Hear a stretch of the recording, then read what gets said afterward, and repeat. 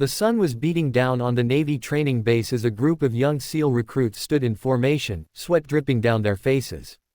Near the edge of the field, a tall black man in worn jeans and a faded, Navy dad cap waited quietly, arms crossed. He wasn't trying to draw attention, just watching his son's graduation from the SEAL program with quiet pride. But then the crowd started whispering when Admiral Pierce, a decorated SEAL commander known for his ego, walked up with his usual grin. He spotted the man and said loud enough for everyone to hear, "You a SEAL too, old man? What was your call sign, baby SEAL?" The crowd chuckled. The dad didn't flinch. His son's face tensed, but the man just looked at the Admiral and said calmly, "Iron Ghost." The laughter stopped. The Admiral's grin vanished for a second, his eyes narrowing like he'd heard something he shouldn't have. The recruits looked at each other, confused. The Admiral took a slow step forward, his voice dropping low, "What did you just say?" The man didn't move. "You heard me," he said quietly. "Iron Ghost." For a moment, the whole field went silent, only the sound of distant waves breaking against the shore. The Admiral's face lost its color, his confident smirk gone. Everyone could tell, he knew that name. The air around them grew heavier, like everyone could feel something shifting. Admiral Pierce tried to hide it, forcing a laugh. "Iron Ghost, huh? Never heard of that one." But his voice cracked slightly. The black man's son looked between them, sensing something big. "Sir," he finally spoke, "is there a problem?" The Admiral's jaw tightened. "No, no problem, son," he said, glancing at the father again. "Just curious." But his eyes wouldn't leave the man's face. The dad gave a faint smile. "Didn't think you would remember," he said softly, his tone calm but sharp. "You were still a lieutenant back then. Somalia. Night op gone wrong." Pierce blinked. The color drained completely from his face. He suddenly looked like a man who'd seen a ghost, his ghost. People around started murmuring, "Somalia. Wait, that was classified, right?" Someone whispered. The Admiral's hands clenched behind his back. "That's enough," he snapped, but his voice was shaky. The dad didn't raise his voice, didn't even move closer. "You left men behind that night," he said quietly. "But one of them made it out. You're looking at him." The crowd went silent again. The Admiral's medals gleamed under the sun, but his pride was gone.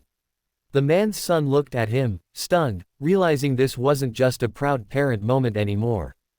It was unfinished business from a war nobody talked about. A nervous hush spread over the courtyard. Even the younger SEALs, who usually stood tall and proud, shifted uneasily. Admiral Pierce looked trapped, his authority crumbling in front of the very soldiers he commanded. He forced a smirk, trying to regain control. "You've got a wild imagination, mister," he said. "Plenty of ghost stories float around after missions." But the dad just tilted his head. "You remember Echo Base?" he asked quietly. The Admiral froze. The recruits looked confused. "That base doesn't exist," one of them whispered.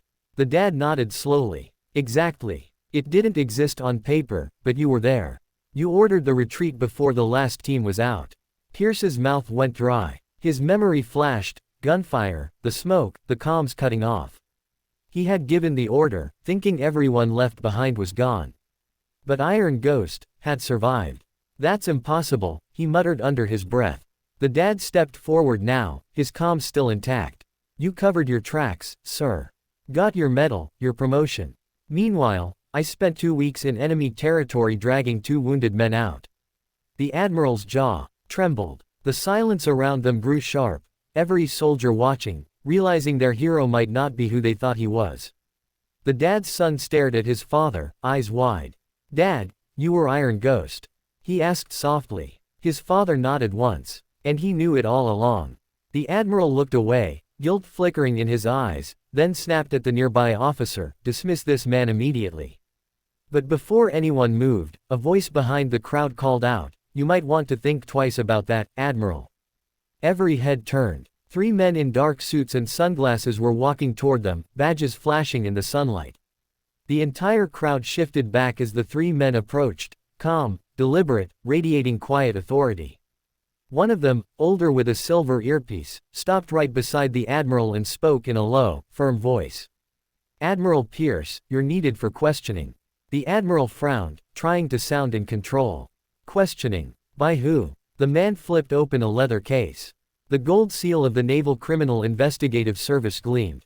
NCIS, sir. The admiral's posture stiffened. The crowd erupted in whispers. The black dad crossed his arms, watching silently. Looks like they finally caught up, he said quietly. Pierce turned sharply toward him. You set this up. His voice was sharp but shaky. The dad didn't answer, he just gave a small shrug. The lead agent turned to him. Mr. Carter, we appreciate your cooperation. We'll take it from here. The recruits glanced at each other, realization dawning. Mr. Carter. One of them whispered, wait, as in Commander Leon Carter.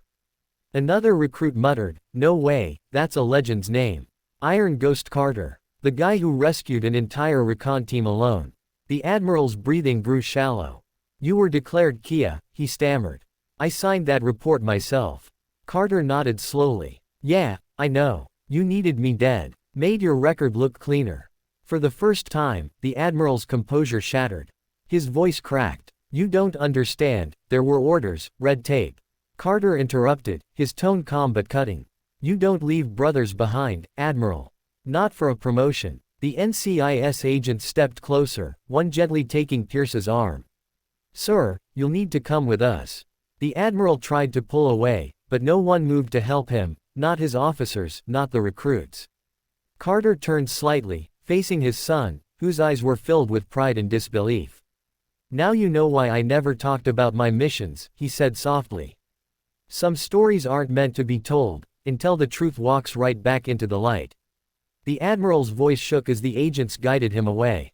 You think this will stick, Carter? You've got no proof. He barked, but his words fell flat. Everyone could see the panic in his eyes now, his once golden reputation cracking like thin glass. Carter didn't even look at him. Proof, he said quietly. You left it yourself. He reached into his pocket and pulled out a small, weathered data drive. Black box from Echo Base. It's been waiting 20 years to speak. The Admiral's knees almost buckled. The recruits gasped. One whispered, that's impossible, that op was erased. The NCIS agent took the drive gently from Carter, nodding with respect. We'll make sure it's heard. As the Admiral was led toward the waiting black SUV, the crowd parted like a silent wave. The same recruits who had once idolized him now couldn't meet his eyes.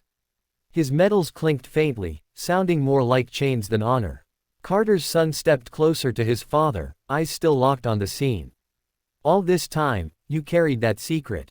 He asked softly. Carter finally exhaled, looking out toward the horizon. Every day, he said. Some ghosts don't haunt you to scare you. They haunt you to remind you who you really are. The NCIS team drove off, leaving the base in stunned silence. Then, slowly, the recruits began to clap. One, then two, until the whole field echoed with the sound.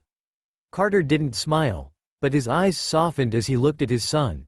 The young man saluted him, voice steady. Iron Ghost, sir. Carter returned the salute. No, son, he said quietly. Just Dad. The flag above them rippled in the wind, and for the first time in years, the weight on his shoulders finally lifted. The ghosts were gone. Justice had spoken.